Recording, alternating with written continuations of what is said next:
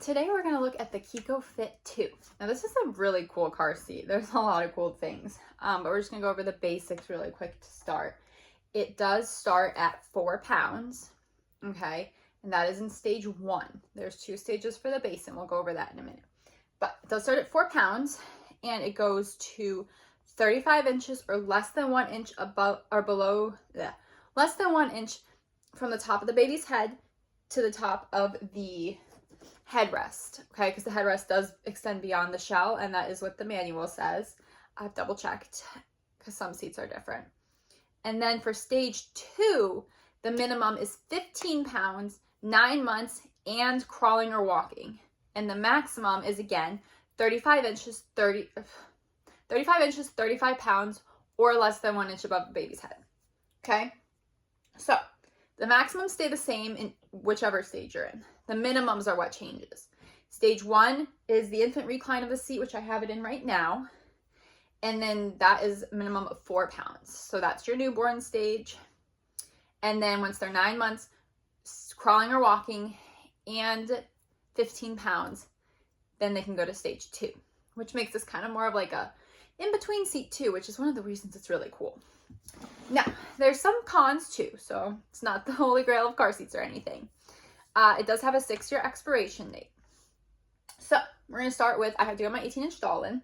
So I'm going to just tip up the carrier so you can see her in here. It is a rethread harness, or sorry, not a rethread harness. It's a non-rethread harness. So this is the type of harness where the headrest goes up and down and you move it.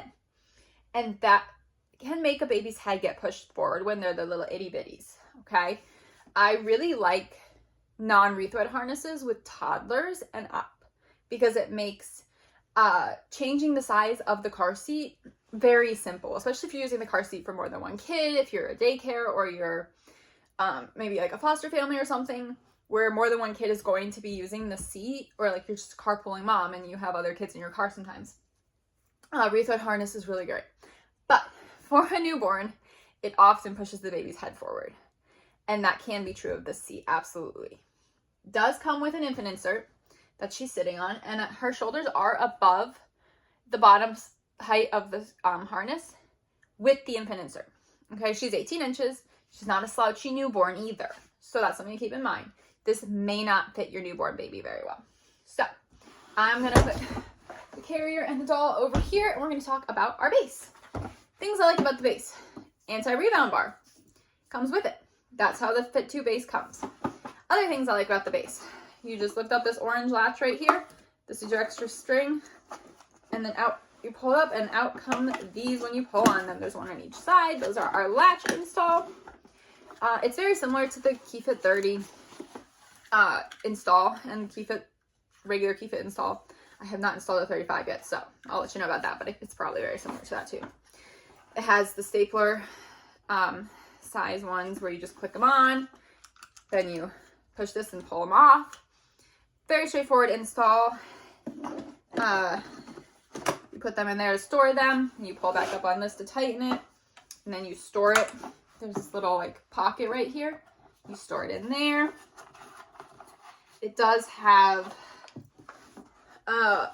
this orange handle right here is how we control the recline foot. It's got a couple reclines. So it's got 1, 2, 3 that I found. So there's 3 reclines to help you get a better install in your car if your seats are different slopes. My car seems to get this is the best recline with Chicco seats.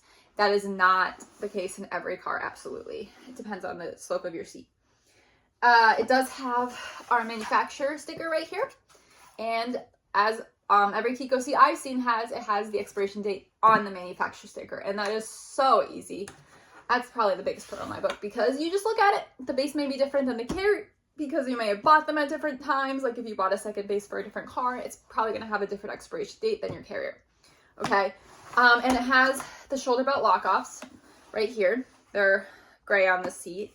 And they, when you pull the seatbelt through these slots, pull the lap belt tight across it, and then you pull the shoulder belt up into here, and that's what locks it. You don't lock the seatbelt.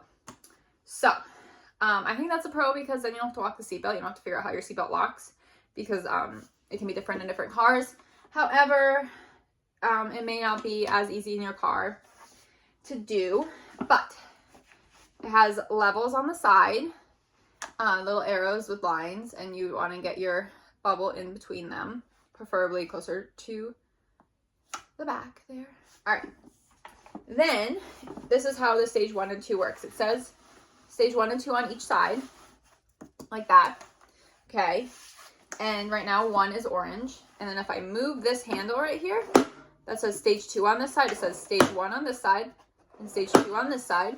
And it goes to 2. And I'll show you how that affects my carrier in a minute. So I'm going to put it back to 1. And then I'm going to take the doll out of the carrier so we can look at all the aspects of the carrier. All right. So we have our carrier. If I install it on stage 1, as you can see, once I get in there, I'm in the way. It's pretty much newborn recline, like what you would see of a Graco seat, a different Chicco seat, an even flow seat. This is pretty much the recline you're going to get, laying back more. In the car, of course, it's going to look a little different depending on the recline of the seat and where your recline bubble needs to be. It's flat on the ground right now. It is not in proper infant recline. This would be proper right here. That's where my bubble goes. But I'm just showing you a comparison. So then if I take it out and I flip my little handle to recline or stage 2, then you put the seat back in and it sits up more. Do you see the difference? And again, in a car, it would look more like this. And it's a lot more like a convertible seat at that point. It sits up a lot more so baby can see out the window. Again, minimum for that is 9 months, 15 pounds, and crawling or walking. Okay. So, oops, it wasn't even snapped in. So let's try that again. Boop, there, now it's snapped in. So, but you can see the difference of how it was laying back for an infant recline, which is what most of your, most infant seats on the market are gonna do, and now it's sitting up more on the stage 2. So we're gonna get the base out of here and we're gonna look at our seat. This is a slightly older model of this seat. So there's a few very minor changes. Things like the tab up here is a little different. It's orange now, more like the Chicco 1 fit seat. And the inserts. I've seen some pictures online of seats that still have these inserts, but they have changed them slightly. But I think the infant insert is very similar. The head insert is a little bit different shape. And other than that, it's pretty much the same. This color is also discontinued. But other than that, pretty much the same seat that you will find online. The excuse me, I'm having trouble talking today. The infant insert rules aren't going to change with the newer models. I've looked at all of the manuals, checked on that, everything. So we have our orange tabs right here. That's how we control our handle. We have this level. We have where it goes back behind the headrest. And then we have the one where it goes down like that to sit it up on the ground. Now, headrest, optional at all times from birth to done using the seat. This is a rear-facing only seat. There are no forward-facing rules for this, of course. But the headrest, if it's pushing baby's head forward, you can try without it. Again, this headrest does not come out. This is an integral part of the harness. So this is, see that? And this seat's not being used for any babies anymore. It expires in 2 months. But this does not come out. Okay, but this headrest piece comes out. Again, it looks slightly different in newer models, but still same rules apply. Our infant insert, again, maybe slightly different. I think it's very similar though in newer models. 4 pounds to 11 pounds. Says it right here on it. Very handy. I love when Chicco does that. I think most of their seats do that now.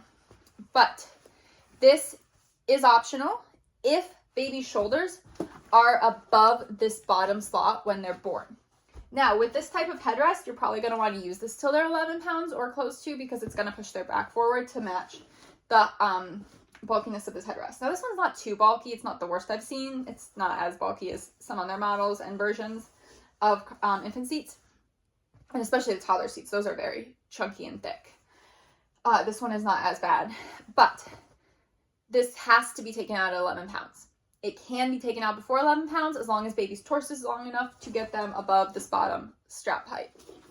All right, so you move it up and down by pulling the orange one now on the newer models, but this little tab at the top, it goes up and down. I'll show you more when I take my hood off. We have our normal harness. There are 2 crotch slots. Now, I did take my now 14-month-old and put him in this seat, and he still fits. He is under 35 pounds, he's under 32 inches, and he has more than 1 inch above his head. He's right about 30 inches, maybe a little bit older, more now, like 30 and a half. And then he is barely 20 pounds. I did notice though, and I'm going to work on getting this thing off really quick, but you just come over here and push these tabs that are right here and it comes off.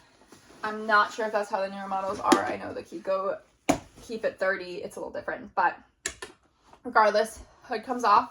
You're going to need to take it off when you raise the headrest a lot. Okay, so when they're a little itty bitty, you can absolutely use that. Once they get up here, do you see how the hood would interfere with the top of this headrest?